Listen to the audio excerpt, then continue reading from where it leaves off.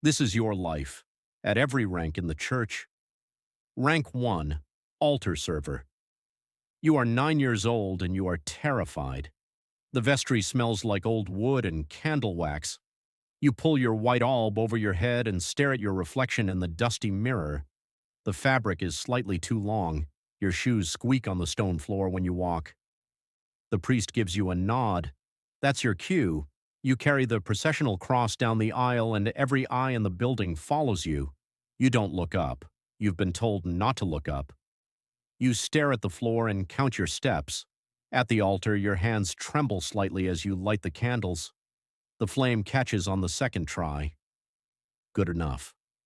For the next hour, you hand things when asked. The water, the wine, the cloth. You ring the bell at the consecration, 1, 2, 3, and the sound echoes off the vaulted ceiling and fills the entire church. On the walk home, your mother tells you she's proud of you. You decide you want to come back next week. Rank 2, usher. You are 47 years old and this is your Sunday. You arrive 30 minutes before anyone else. You straighten the hymnals, you check the heating. You stand at the door in your dark suit with your white badge and you greet every single person who walks through that entrance by name because you know all of them. When the collection basket comes around, it's your hands guiding it through the rows. When a young mother struggles with a pram, you're already there before she has to ask. When an elderly man can't find a seat, you make one appear. People underestimate this job. They think you're just a doorman. But you are the first face people see when they arrive, and the last one they see when they leave. You set the tone. You make people feel like they belong here. After Mass, you fold up the service sheets, stack the chairs, and turn off the lights. You lock the door behind you, and you'll be back next Sunday. Rank 3, Acolyte. You are 19 and you have made a decision. Where other young men your age are at university or out on a Friday night, you are here, in the sacristy, preparing the altar for evening prayer. You've been formally instituted now. This isn't just serving at Mass anymore. This is a ministry. You prepare the bread and wine before every liturgy. You lead the congregation in prayer when no priest is available. You visit the sick and bring them communion in their homes, sitting at bedsides, holding hands that shake, saying words that matter. There is a quiet gravity to the work that you didn't expect. The people you visit don't want grand gestures. They want presence. They want someone to sit with them and mean it. You are learning that the church is not just built from stone and ceremony.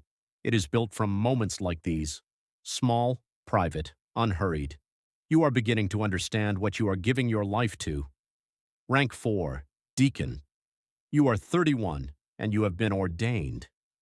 The bishop's hands rested on your head and something shifted, not dramatically, not like lightning. More like a door opening slowly onto a room you always knew was there. You preach now.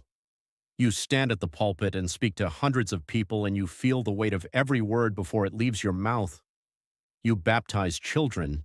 You witness marriages. You bury the dead. But the diaconate is not just about the sanctuary, it is about the street. You run the food bank on Wednesday mornings. You visit the prison on Thursdays. You sit with the homeless man outside the church who everyone else has decided to walk past, and you learn his name and you remember it. Your wife sees less of you than she used to. You talk about this honestly. She chose this life with you and she means it. But some evenings when you come home late, there is a tiredness in her eyes that has nothing to do with sleep. You carry that too. Rank 5, priest. You are 43 and you have buried 17 people this year. You know their names. You know what they were afraid of. You know what they hoped would happen after. You were there in the room when each of them let go, and you said the words and you meant them. This is the priesthood no one talks about. There is also the joy, and it is real. The baptisms where the baby screams and the whole church laughs. The wedding where the groom cries before the bride even reaches the aisle. The moment in the confessional when someone who has been carrying something for 20 years finally sets it down. Your parish is yours. You know the leaking roof above the sacristy, the family in the third pew who lost a son last year, the teenager who only comes at Christmas but always sits in the same spot. You know all of it. Some nights you sit alone in the empty church after everyone is gone, The candles are still burning. The silence is complete. You don't pray with words on those nights. You just sit there, and somehow that is enough. Rank 6, Bishop. You are 56, and you oversee 112 parishes. You travel constantly. Confirmations in the north on Saturday, a cathedral mass in the city on Sunday, meetings with diocesan finance on Monday that go 3 hours longer than scheduled. Your diary is managed by 2 people, and it is still never fully under control. You wear the ring and the mitre, and you carry the crozier, the shepherd's staff, and you understand now that the symbol is literal. You are responsible for the flock, all of them, the faithful and the doubting, the devoted and the lapsed, the priests who are thriving and the ones who are quietly struggling and haven't told anyone yet. You make difficult decisions. Some of them keep you awake. But when you confirm a 15-year-old girl who tells you afterwards that she finally feels like she belongs to something, you remember why you said yes to all of it. Rank 7, Archbishop. You are 62 and your name appears in newspapers. Your province covers a vast region, millions of Catholics, dozens of bishops beneath you. You advise governments, you appear before parliaments, you write pastoral letters that are read from pulpits across an entire nation. The weight of history is not abstract to you anymore. You can feel it. You still say your morning prayers alone in your private chapel before anyone else is awake. That has not changed. In the quiet of 5 a.m. before the schedule begins, you are still just a man on his knees. That is the thing you hold on to.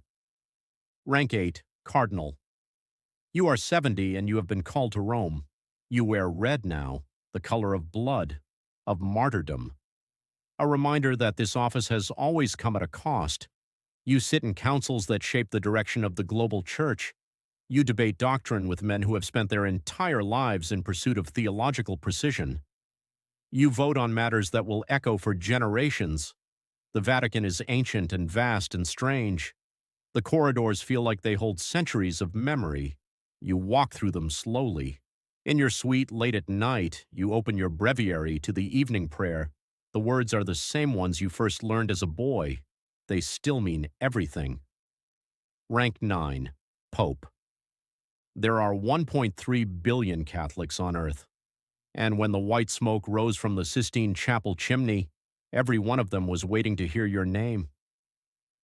You stand on the balcony of St. Peter's Basilica and look out across the square. The crowd stretches as far as you can see, flags and faces and voices rising together into something that no longer sounds like noise but like one vast living thing. You raise your hand, silence falls, you speak, and in churches from Lagos to Manila, from Buenos Aires to Warsaw, those words are broadcast live, translated into 40 languages, heard by millions of people who will remember exactly where they were when they heard them. This is the loneliest office in the world, and the most connected. You carry the prayers of 1 billion people, the grief, the hope, the doubt, the devotion. All of it arrives at your door every single day, and all of it is yours to hold. You kneel alone in the apostolic palace at midnight. The same God you spoke to as a 9-year-old boy in white robes, carrying a cross down an aisle, terrified, trying not to look up, is still listening.